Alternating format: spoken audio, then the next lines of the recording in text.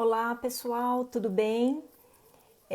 Para quem não me conhece, meu nome é Lúcia Rodrigues Alves, eu trabalho na Seven Idiomas, né? A gente tem um trabalho bem forte junto a instituições de educação básica, né? Nesse segmento a gente trabalha com programas que a gente chama da Seven Educacional.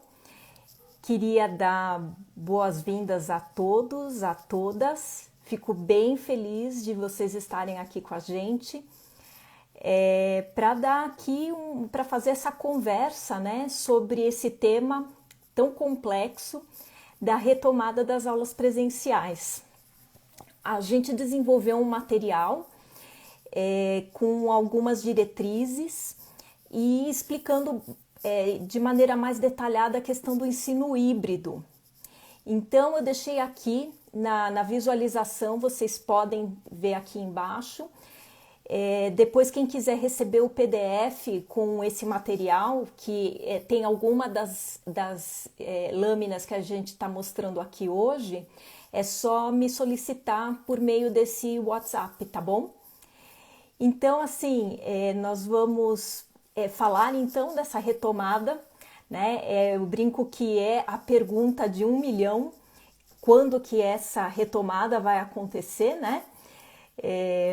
Se a gente vai retomar em outubro, em novembro, em 2021. Queria até saber a opinião de vocês, né? Coloquem aqui nos nossos comentários, tá bom? Mas eu queria também esclarecer o seguinte: nós não vamos discutir aqui exatamente o momento, né? E quando deveria ser este momento, tá? Porque isso é uma questão muito complexa, tem muito a ver com a questão da pandemia, o desenvolvimento da pandemia nas próximas semanas. Então, o nosso objetivo aqui não é fazer essa discussão ou a discussão de em que momento, qual é o momento mais correto para essa retomada. Mas sim, a gente vai discutir aqui como é que a gente faz para se preparar para essa retomada. E vejam, aí é bem curioso, porque tanto faz o momento em que a retomada vai acontecer. Né? O importante é que a gente esteja preparado, quer dizer, no momento que a gente falar, vamos entrar na fase 1 da retomada das aulas presenciais, né? O que a maioria dos estados tem montado de fazer aquele período de revezamento de alunos, nós estamos prontos, né? Outro objetivo também é a gente esclarecer um pouco mais essa questão do ensino híbrido, né? Porque até a mídia está usando direto esse termo e acho que vale a pena então a gente entender um pouco mais, né? Então aqui, olha, eu separei esse bate-papo aqui com vocês, né? Esses 60 minutos para a gente falar das etapas da execução dessa retomada, seja ela o mês que vem, seja ela em outubro, novembro, o ano que vem. E acho que essas 3 etapas, elas são bem importantes da gente considerar, qualquer escola considerar. Então, a primeira é a da preparação logística, né? Depois, não assim em ordem cronológica, né? Essas 2 preparações caminham em paralelo, é a preparação acadêmica e, finalmente, a implementação operacional, ok? Então, qualquer colégio vai ter que sentar e desenhar um plano e colocar lá o passo a passo em cada uma dessas frentes. Então, a gente vai começar aqui falando da preparação logística, né? A preparação logística, ela tem muito a ver, obviamente, com os protocolos de saúde e com tudo aquilo que o colégio vai ter que fazer para ter uma estrutura que respeite esses protocolos. Os protocolos já estão prontos, mas a aplicação desses protocolos depende diretamente da nossa estrutura física, né? Como é que tá, qual é o tamanho da nossa sala de aula, qual é o tamanho do pátio, onde é a brinquedoteca, como é que essa brinquedoteca é construída, o local de alimentação das crianças, se tem um portão de entrada, se tem dois, se tem três, se tem um portão de entrada e um portão de saída. Então, não tem receita de bolo, a gente tem que pegar o protocolo e começar a desenhar toda a preparação logística. Então, a preparação logística se divide, em sua vez, em 3 etapas principais. A primeira é essa que eu comentei com vocês, que é dos protocolos de segurança, que tem a ver com as máscaras, os locais onde vocês vão colocar álcool em gel, a questão dos termômetros, quem é que vai aferir se as crianças que estão vindo para a escola têm febre, né? Os horários, muito importante, né? A questão dos horários de entrada, de saída, os horários de intervalo. Então toda essa estrutura tem que ser pensada, até as marcações no chão, né? Para a gente colocar as carteiras, a medição de uma carteira para outra e assim por diante. A segunda etapa, a segunda parte dessa organização logística tem a ver com a pesquisa e a conversa com os docentes, né? A gente precisa, cada escola precisa fazer um mapeamento com a sua equipe de professores. Não só a equipe de professores, né? Todos os colaboradores do seu time. Você vai ter que fazer um mapeamento, porque você precisa entender quem são aqueles que estão no grupo de risco e que você não pode solicitar neste momento o retorno para a sala de aula ou o retorno ao trabalho, né? Quem são aqueles que têm qualquer tipo de situação que faça com que ele não possa voltar neste momento, para você entender claramente, né? Você que é líder escolar, mantenedor, coordenador, que faz essa gestão, entender quem são os docentes que você pode trazer para o período da fase 1, né? Alguns deles, se você tem, por exemplo, um professor de física com 62 anos, a aula de física ela vai ter que ser mantida, pelo menos durante a fase 1, no ambiente online, ok? Então, esse mapeamento é muito importante. Não adianta a gente esperar para fazer esse mapeamento quando finalmente a gente tem uma decisão definitiva e clara sobre em que momento acontecerá a fase 1. Né? Porque tanto faz, o mapeamento estando pronto pode ser para novembro, a gente já sabe e a gente já consegue começar a organizar a nossa escola sabendo quem vai ficar no online, quem é que vai vir para o presencial e como é que a gente vai refazer calendário. Ainda nessa fase logística, né? A gente tem a pesquisa com as famílias, tem vários colégios já fazendo essa pesquisa, porque como na fase 1 não será obrigatório que as famílias já enviem as crianças para a escola, né? A gente vai ter que entender qual é o tamanho dessa população cujas famílias querem ou não querem enviar as crianças para a escola, ok?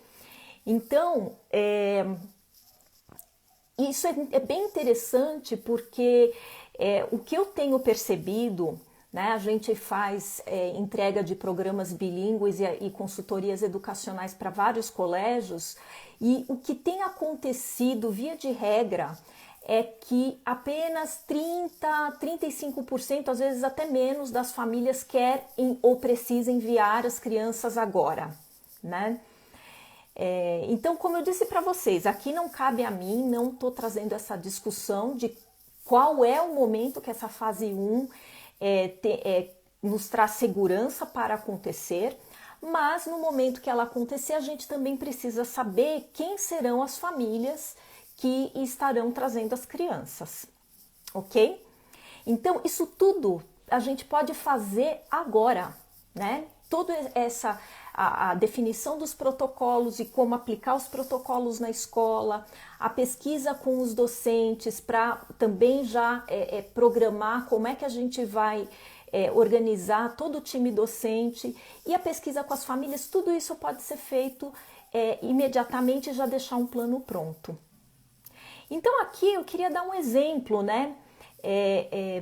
Vamos supor no caso de uma escola, você faz ali uma pesquisa, aqui eu chutei qualquer número, só para vocês entenderem como é que funciona isso, né? Você faz a sua pesquisa ali com seus alunos e você descobre que metade as famílias não querem participar, não querem participar das aulas presenciais, ok? 50% não quer participar, os outros 50% quer já mandar as crianças. Então você vai pegar esses 50% que quer ou precisa, né, o retorno das crianças e você divide em duas turmas, a turma A e a turma B. Então vejam, desta maneira a gente respeita aquela diretriz dos 35% máximo de ocupação das escolas, né? E aí a gente com isso já começa a fazer um calendário. Então eu sempre, assim, eu costumo dizer assim, olha, pega a turma A e cria uma rotina para a turma A, né? Vai ter a turma A do 5º ano, a turma A do 6º ano, a turma A de todas as séries. Então acostuma todo mundo que é da turma A que esse pessoal vai fazer aula de segunda e quinta, por exemplo. Porque aí a família entra no ritmo, a criança, o adolescente entram no ritmo, né? A turma B você faz outros 2 dias. Você coloca de terça e sexta, por exemplo. Porque é o mesmo efeito. Toda a turma B se acostuma a de terça e sexta é o dia da escola. E a quarta, né? A nossa recomendação tem sido para pegar a quarta, que é justamente o dia do meio, para não vir ninguém, porque isso gera condições da gente fazer, apesar de toda a higienização da escola passar a ser um processo permanente, na quarta-feira você pode fechar a escola e fazer um processo de sanitização mais forte. Isso também gera um espaço para o próprio time docente utilizar para a produção de materiais para aquilo que a gente vai chamar do ensino híbrido, ok? Então agora a gente vai entrar na preparação acadêmica, que como eu disse para vocês, ela é tão importante quanto a preparação logística. E ela eu ouso dizer que ela é mais desafiadora do que a preparação logística. Apesar de estar todo mundo preocupado, eu vi até aqui alguns comentários de vocês falando que as escolas já deveriam estar fazendo isso, que seria muito importante que uma diretriz como essa viesse. Eu acho que teria que vir até, né, das secretarias de ensino, do próprio MEC. É por isso que a gente está aqui disponibilizando, para quem me pedir aqui pelo meu contato de WhatsApp, eu encaminho esse material. Esse material ele tem até mais, ele é mais detalhado, mas a gente encaminha isso para qualquer colégio que precisar ou que quiser discutir, inclusive algumas ideias do que tem aqui. A preparação acadêmica, ela é na verdade mais delicada. Por quê? Porque assim, a gente percebe em várias escolas um movimento de tentar fazer transmissão das aulas presenciais ao vivo. Assim, não tem nada de errado em fazer isso. Eu gostaria até de ouvir aqui um pouco vocês, como é que a escola de vocês, se a escola de vocês já sinalizou alguma coisa nessa direção, né, de fazer, de pegar ali. Então você tem 35% dos alunos e esses 35% estão ali dentro do espaço. E aí, olha, o número do WhatsApp, eu vou até escrever aqui. Deixa eu colocar aqui 996547330. É São Paulo, então vai o 11 na frente, tá? Ó, segue aqui o meu contato, tá bom? E como eu estava dizendo, eu gostaria até de saber, né, quem de vocês tem aí a escola se preparando ou pensando em fazer transmissão das aulas ao vivo. Assim, é bem importante colocar o seguinte, se a escola está pensando em caminhar nessa direção, é muito importante verificar esses 4 itens que eu vou falar agora. Primeiro é a banda larga que suporte, tá? Porque uma coisa é você fazer a gravação de uma aula. Outra coisa é você ter ali, por exemplo, 20 salas acontecendo, 20 aulas acontecendo ao mesmo tempo ou 40 aulas acontecendo ao mesmo tempo e você precisa de banda de internet o suficientemente potente para dar conta da transmissão ao vivo daquelas aulas presenciais. A outra coisa é que você tem que, obviamente, preparar todo o equipamento. Então, você tem que ter computador ou aquela câmera para fazer a gravação. E isso é muito importante que esteja cabeado, porque o Wi-Fi, ele tem, não é que ele não funcione, mas ele tem oscilações, né? Ele tem oscilações quando você tem muitas pessoas, né? Coloquem até aqui para mim, né? Vocês já não viveram isso? Né, de várias pessoas estarem usando o mesmo Wi-Fi e aí começa a oscilar a qualidade do Wi-Fi. Então, é bem importante que esse equipamento esteja cabeado, porque aí você evita a oscilação. O professor tem que ter, né, um microfone para captar a voz dele, porque senão você vai pegar todos os ruídos da sala de aula. Desde carteira arrastando, aluno falando coisa, caderno abrindo, livro abrindo, e aí as escolas podem enfrentar uma série de reclamação das famílias dizendo que tem um ruído que atrapalha a aula. Viu, a Fabiana, aqui ela está dizendo que já está fazendo aula ao vivo. Aqui o que eu estou falando, na verdade, não é de fazer ali a aula com o Teams ou com o Meet ou com o Zoom, é de você pegar aquela aula com os alunos ali no presencial, o professor ali do lado do quadro, escrevendo na lousa e dando a sua aula, e isso sendo transmitido ao vivo para os alunos, tá? Então, como eu disse, é uma saída, mas ela exige uma estrutura que tem que ser cuidada para não dar errado, né? E aqui a gente tem até alguém que está falando que a escola está pensando em fazer isso, mas que ela não vê essa estrutura. Então, isso é bem importante, por isso, assim, que a gente está disponibilizando aqui esse material, porque às vezes no que o coordenador ou o diretor lê, ele fala assim, nossa, é mesmo, eu já testei fazer isso, mas eu testei com um computador só acontecendo, né? Uma transmissão só. E precisa ser testado todas as salas de aula acontecendo, né? Além do que, tem toda a parte do que o aluno escreve no chat, então a gente, né, ele põe lá uma dúvida, quem é que vai ler aquela dúvida para o professor? Então, esse é a transmissão das aulas, mas vejam, isso não é ensino híbrido, né? Isso não é bem ensino híbrido. Então, eu queria aqui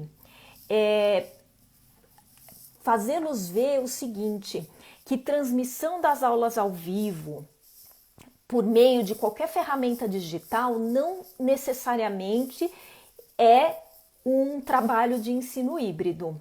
Então eu vou apresentar aqui o que é o ensino híbrido, porque sim, o ensino híbrido pode ser uma grande solução, principalmente para a fase 1 do retorno, seja em outubro, em novembro, em dezembro, em janeiro, em março do ano que vem, ok?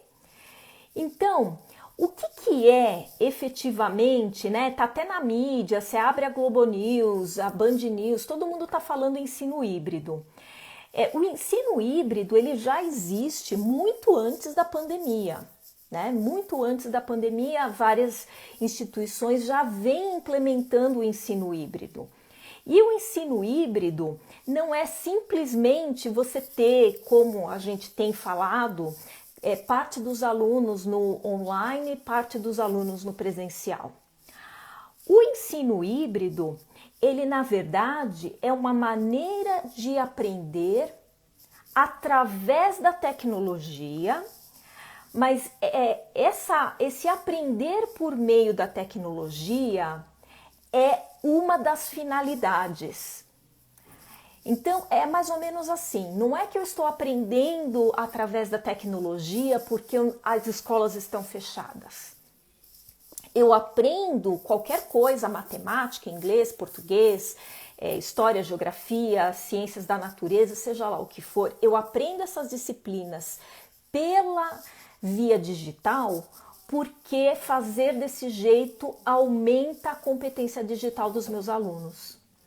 Então, aquilo que eu falo, aprender através da tecnologia é um fim no ensino híbrido e não apenas o meio, né? Porque se é um meio, quando os motivos pelos quais a escola foi colocada na necessidade de usar o digital como um meio de ensino, quando aquilo acabar, acaba também o uso da tecnologia como ferramenta para os alunos aprenderem.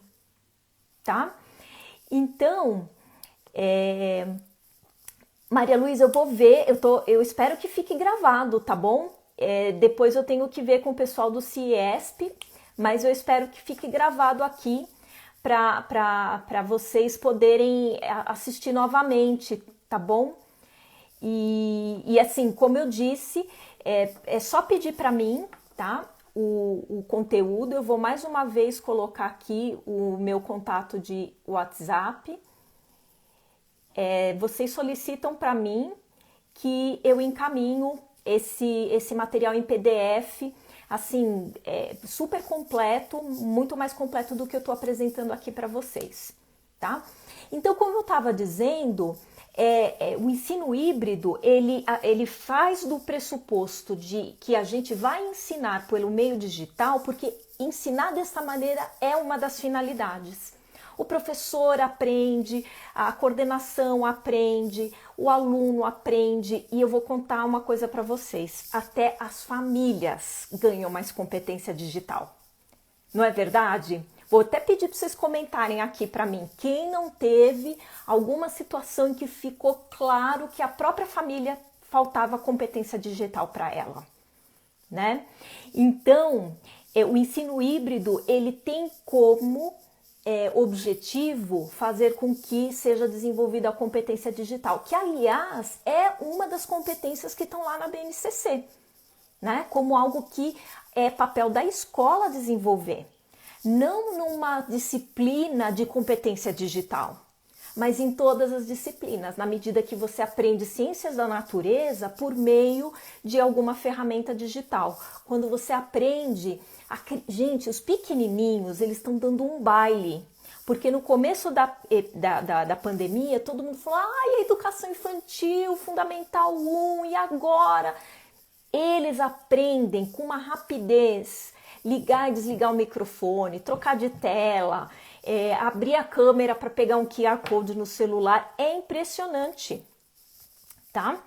Então sim, olha, alguém aqui perguntou, acho que foi a Ana, sim, inclusive com os pequenininhos, tá? Eu tenho visto coisas maravilhosas sendo realizadas pelo meio digital com as crianças pequenas.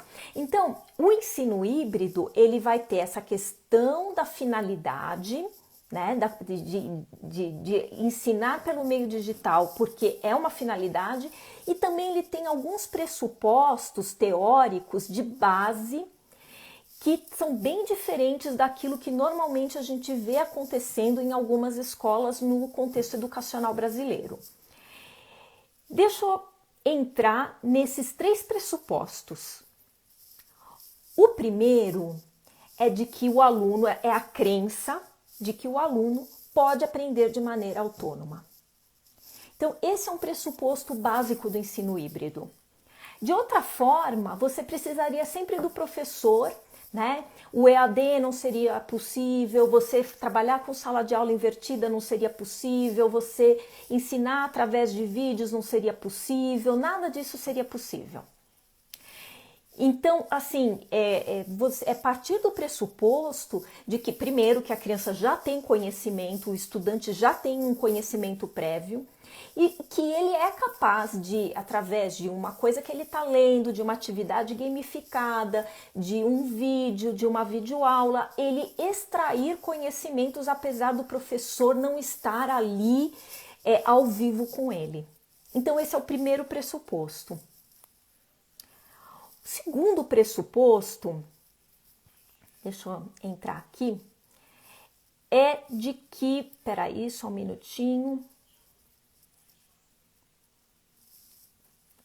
O segundo pressuposto é de que a criança e o adolescente, eles têm a experiência deles educacional e essa experiência, ela é voltada para o sucesso. Tá? Eu queria comentar isso aqui. Eu acho que deve ser Eduardo que está comentando que está fazendo as aulas de educação física pelo meio digital e que está dando super certo, né? E aqui eu vou também dar uma paradinha porque alguém perguntou, né, se as aulas transmitidas naquele esquema do transmitido ao vivo, se vai funcionar com as crianças pequenas. Olha, eu não tenho certeza nem se vai funcionar com os adolescentes, tá bom? Não sei, porque também depende da tua visão de ensino e aprendizagem. Se a gente pensar que ali o aluno vai ficar passivo e tudo mais, talvez funcione. Mas principalmente para educação infantil, Fundamental 1, que tem um viés bastante ligado à experiência, eu acho que a gente começa a encontrar algumas dificuldades. Por isso que eu estou aqui apresentando para vocês o ensino híbrido, porque eu realmente acho que ele é um caminho melhor do que a transmissão de aulas ao vivo, tá bom? Então, vamos lá. Então, eu falei da questão do aluno aprender de maneira autônoma. Então, ele pode aprender por meio de videoaula, ele pode aprender através de projetos, ele pode aprender com trabalhos colaborativos, com pesquisas colaborativas. Então, existem várias maneiras de você colocar aquele alunado em trabalhos educacionais, em atividade educacional, sem necessariamente o professor estar ali ao vivo. Então, é nesse sentido que até eu comentei lá com vocês lá atrás, de na quarta-feira ser um momento em que a escola para, porque para a gente fazer, inclusive, apesar da gente ter a quinta semana, né, para preparar os conteúdos, existe uma complementação para o híbrido que a gente precisa assim, colocar numa ordem, organizar e assim por diante. Então, mas vejam, tem muitas possibilidades, né? O outro pressuposto, eu falei da questão do aluno aprender de maneira autônoma, mas também tem a questão de que no ensino híbrido a aprendizagem é orientada para o sucesso. Então, nessa direção é que a gente começa a ver bastante uma mudança da atividade tradicional escolar e daquilo que a gente chama de ensino híbrido. Então, o que é uma aprendizagem orientada para o sucesso? Então, é mais fácil? Não, gente, não. Mas você organiza todo o teu currículo, toda a construção escolar, de forma que, ao invés de você criar elementos, aí pega muito na questão avaliativa, ao invés de você ter aquela coisa do professor transmite conhecimento, transmite, aí depois de 1 mês, ou 2 meses, ou 3 meses, ele faz aquela prova que demora 50 minutos para os alunos responderem aquela prova toda, para checar se todo aquele conhecimento transmitido foi memorizado pelos alunos, né? No ensino híbrido,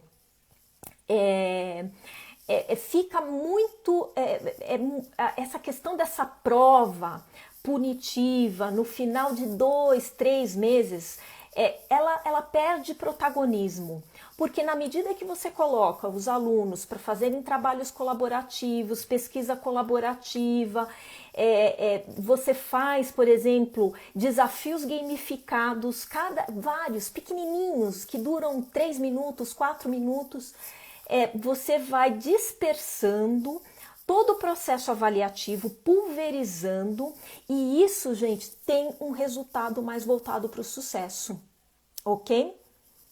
Então, aqui a Ana está até comentando, né, que a gente pensar naquele modelo lá da transmissão das aulas, com tripé, com cabeamento, não sei o que, também concordo, Ana, isso é super caro, tá? Isso é super caro. Então, também pensando na situação financeira das escolas, dos colégios, eu não acredito que seja uma solução muito boa. É mais interessante a gente criar espaços, e aqui eu vou responder a pergunta da Fabiana, eu acho que é Fabiana, né? Em que, assim, como preparar, né, esses recursos híbridos, separa uma parte da carga horária para que o docente tenha tempo para construir isso, né? Agora, óbvio que, assim, é muito importante que vou fazer uma videoaula, tem que ser rápido. Vou programar uma atividade, tem que ser coisas que a preparação seja rápida, né? Inclusive, depois, quem quiser, eu vou aqui colocar o meu contato novamente. Eu tenho muito material que eu posso dividir com lideranças educacionais e professores para ajudar a conseguir tanto recursos tecnológicos gratuitos quanto ferramentas que geram essa rapidez para montar essas atividades híbridas, tá bom? E queria ainda comentar, né, a gente falou dos pressupostos do ensino híbrido. No ensino híbrido não é só o professor que tem que produzir conteúdo, né?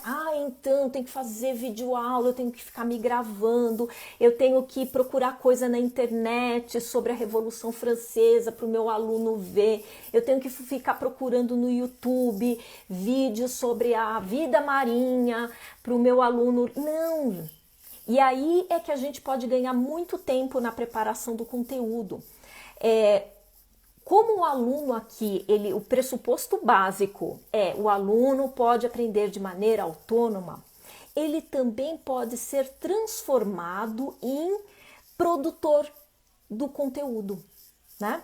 Então, assim, é muito interessante que as escolas que já vinham com essa diretriz do ensino híbrido, mesmo antes da pandemia, elas trabalham muito com alunos produzindo vídeos, né? Então faz a pesquisa e eles produzem vídeo, alunos produzindo podcasts, alunos produzindo PowerPoints com locução, alunos produzindo websites.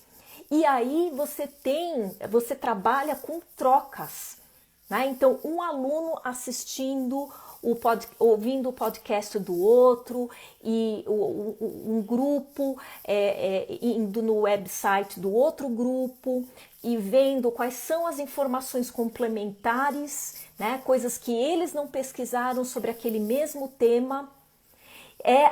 A Thelma está colocando aqui, né, que a questão é um viés das metodologias ativas. É isso mesmo, porque nós não estamos aqui falando de EAD, né? EAD vai precisar de 800 horas de videoaula e a gente não tem condição de fazer tudo isso, mas a gente pode gravar pequenos vídeos, buscar vídeos no próprio YouTube, coisas prontas. Então eu sempre falo assim, olha, ponha os alunos para construírem websites, né? A gente fala, mas eu tenho uma turma de terceiro ano. Gente, também dá.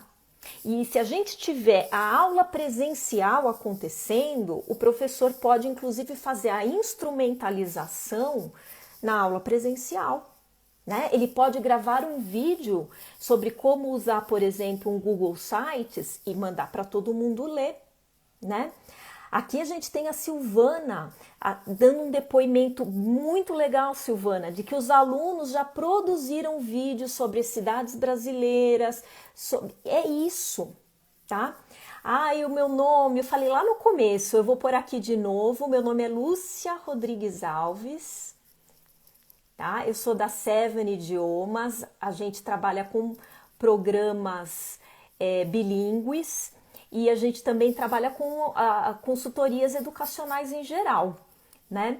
E aí, como eu falei lá no começo da nossa live, quem quiser esse material mais completo sobre ensino híbrido, tô deixando aqui meu WhatsApp, tá? Fica tranquila, viu? Fica tranquila, eu sei que é uma correria e a gente entra e já entrou 3 minutinhos depois, fica sossegada. Então, assim... Então, como eu estava dizendo, né? Põe a moçada para fazer vídeo, para fazer website, para fazer podcast. Eles fazem, a gente às vezes fica com medo, né, dos pequenininhos. Os pequenininhos encantam, porque eles fazem cenário. A primeira vez é horrível, eles estão morrendo de medo, morrendo de vergonha, é um horror. Na segunda, eles melhoram um pouquinho, começa a dar um sorrisinho. Na terceira vez, eles arrasam, eles começam a trazer objetos, eles começam a fazer cenário, eles põem roupa que tem a ver com aquele vídeo. Os adolescentes, eles brilham nos podcasts, tá? Eles fazem voz diferente, como se fosse realmente uma narrativa de rádio, né? Olha, aqui a gente tem um outro depoimento falando aqui, olha, os meus alunos do primeiro ano fizeram um vídeo contando histórias. Olha que coisa sensacional. Eles fazendo storytelling. Olha, muito obrigada. Esse depoimento é sensacional porque, sim, uma das coisas que quando a gente fala para produção de videoaula, para educação infantil, a gente vê os professores se desdobrarem para gravar videoaula de contação de história. Que é super ok, tá? Porém, a gente pode colocar os alunos para fazerem isso. E eles fazem coisas lindas. E aí você você deixa ele trazer o repertório de imaginação, de criatividade. Permita que eles troquem a ordem da narrativa, o final do enredo, né? E aqui ela até comentou, eu já perdi, que os alunos de 4º ano fizeram vídeos de receitas. Tem coisas muito bacanas. Os alunos de ensino médio brilham nos websites, tá? Eles fazem coisas que a gente nem acredita. Eles colocam GIFs, eles colocam coisas em movimento, figuras em transparência. E tudo isso, eles acreditem, eles aprenderam de maneira autônoma. Eles vão lá, eles pesquisam, porque a gente nem sabe o que é um GIF, como é que põe o vídeo lá, e eles vão lá, fuçam, quando a gente vai ver, eles estão fazendo melhor que a gente. Então, isso é que é o ensino híbrido. Não é simplesmente uma mistura de um momento em que eu tenho parte dos alunos no online e parte no presencial. Eu ainda queria mencionar aqui para vocês que é bem bacana que, assim, existem muitas atividades gamificadas. Quem quiser, é só me pedir. Eu tenho material de gamificação e quando a escola está bem madura nessa parte de ensino híbrido e tudo mais, eu já vi professores colocando os alunos para fazer os desafios gamificados. Então aí é sensacional, porque o aluno tem que pesquisar o tema, tem que colocar as 2 ou 3 alternativas, tem que saber qual é a alternativa correta para escrever dentro do jogo, qual é a alternativa correta. Nada ensina mais um aluno do que ele fazer isso, tá? Então, de novo, quem quiser conhecer um pouquinho, eu vou até aqui de quando em quando colocar aqui o meu contato. tá? Mas, assim, eu pus errado. Deixa eu pôr de novo, gente. É a pressa, né? Todo mundo fala. A pressa é inimiga da perfeição. 996547330. Ok. Então me peçam que eu mando material de gamificação para vocês, tá bom? Para vocês verem como é fácil fazer, como leva pouquíssimo tempo. A gente fala gamificação, fica todo mundo desesperado achando que você vai gastar o final de semana montando um game educacional. Não é. Tá? Tem jeitos de fazer que são super rápidos, e quando você colocar os teus alunos para montar os games, é sensacional. Eles montam, eles põem as imagens, eles põem as configurações, mandam para você, você vai olhar só se tá tudo bem, um grupo dispara para o outro, tá bom? Bom, deixa eu ver o que mais que eu vou falar aqui para vocês. Então, como eu disse, fazendo aqui um resumo, quais são as atividades híbridas que você pode colocar o seu aluno para fazer, né? E lembrando que tem parte desse alunado que vai ficar em casa, então mais do que nunca, se a gente tivesse metade e metade, seria mais fácil, né? Mas a gente vai ter um público que não virá para a aula presencial na fase 1. Então, que legal, aqui o pessoal da Pluga Kids falou que já está trabalhando com ensino híbrido desde 2013. Olha, viu o que eu falei para vocês? Que o ensino híbrido vem muito antes da pandemia. E aqui o pessoal do Pluga Kids trabalha com crianças de 4 a 8 anos, deve ter cada produto final em formato digital, que é assim, deve ser a coisa mais linda. Viu? Eu tenho certeza disso, porque a gente tem experiências nos programas bilíngues que a gente atende de criança, por exemplo, de 4 aninhos fazendo lemonade e descrevendo a água, o limão, o açúcar, mexe, põe, tira, gelo, bate. E eles fazem o vídeo contando a receita, falando dos itens que vai, coisa, mais bonita, tá? Criança de 3, 4 aninhos, é isso mesmo, viu? Parabéns para vocês da Pluga Kids. Então, voltando lá, põe a moçada para trabalhar, tá bom? Isso é um conceito de metodologia ativa. Não é o professor que passa 20 horas do final de semana montando um monte de coisa porque ele tem que dar 500 horas de aula expositiva.